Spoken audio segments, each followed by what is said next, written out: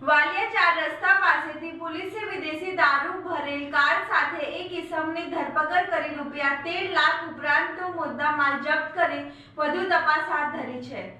Valia police મથકનો staff ગામમાં ચાર રસ્તા ઉપર વાહન ચેકિંગમાં હતો તે દરમિયાન નેત્રંગ તરફથી એક અર્ટિગા 4-વ્હીલર આવતા પોલીસે તેને અટકાવી અંદર તપાસ કરતા મોટી પ્રમાણમાં વિદેશી દારૂનો જથ્થો મળી આવ્યો હતો। પોલીસને વિદેશી દારૂની 3108 નંગ બોટલ મળી આવી હતી।